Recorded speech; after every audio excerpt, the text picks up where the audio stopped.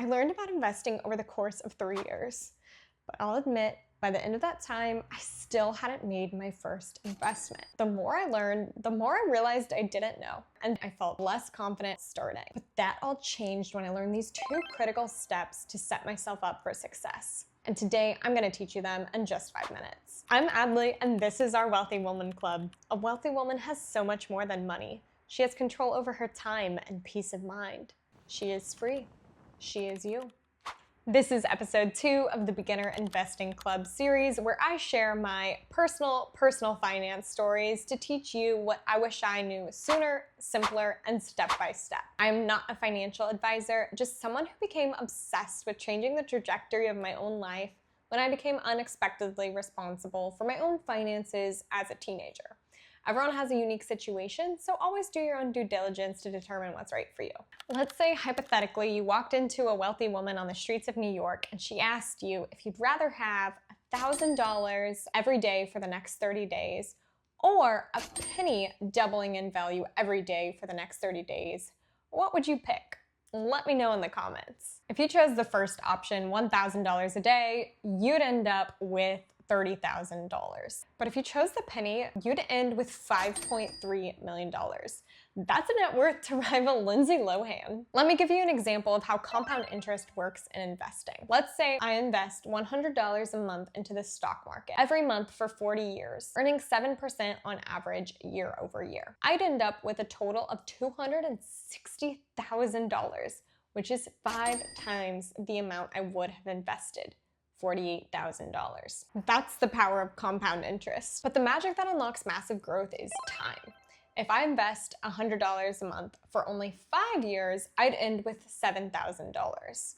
This is $1,000 more than I had invested, which is good, but it's certainly not 5x the amount I had initially invested. If I want gains like that, I need to give compound interest the time. To do that, I need to avoid withdrawing from my investment account early. And this holds true even if an unexpected expense pops up, like Taylor Swift concert tickets or an emergency room visit on a 3rd date. So that's why I took a critical step before making my first investment. I built an emergency fund to cover unexpected expenses so I don't have to disrupt the compound growth in my investment accounts. Experts typically define an emergency fund as enough savings to cover 3 to 6 months of expenses, but the amount you keep will vary based on your individual goals and risk tolerance. Compound interest can work in my favor to build my wealth when I invest, but it can also work against me when I owe money at high interest rates, especially for payments made through credit cards or buy now, pay later programs. That's why the other step I took is paying off all high interest debt. I consider a high interest rate to be anything above 7% because that's a conservative estimate of how much the US stock market returns on average. If you have high interest debt, you are not alone. Roughly half of Americans do. These companies rely on the fact that it's hard to understand how rapidly interest compounds. I'd use initial savings to build a small emergency fund, $1,000 to $2,000. Enough so that if I unexpectedly had to go to an emergency room on a 3rd date, true story, I could afford it using my emergency fund instead of taking on more high interest debt. Once I have that, I'd channel as much energy into paying off that high interest debt as quickly as possible, like a Princess Peach slaying a Bowser variant at the end of a Mario game. I wouldn't eliminate everything that brings me joy in life, though.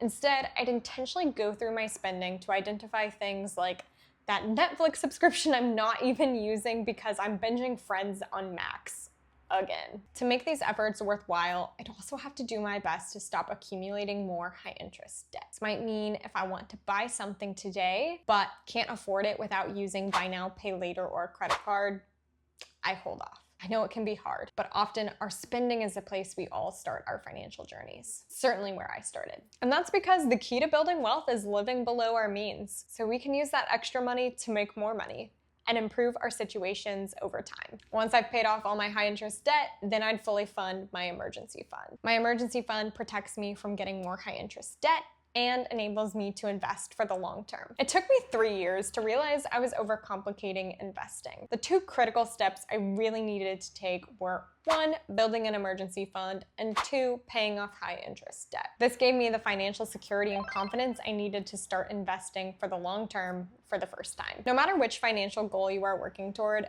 you're on the right path. You are not behind, We are all on different journeys. Future you is going to thank you for continuing to make progress from exactly where you are today. Now that I had taken the 2 critical steps to set myself up for investing success, I wondered, how much money did I really need to start investing? It wasn't as much as I thought. Keep watching to find out.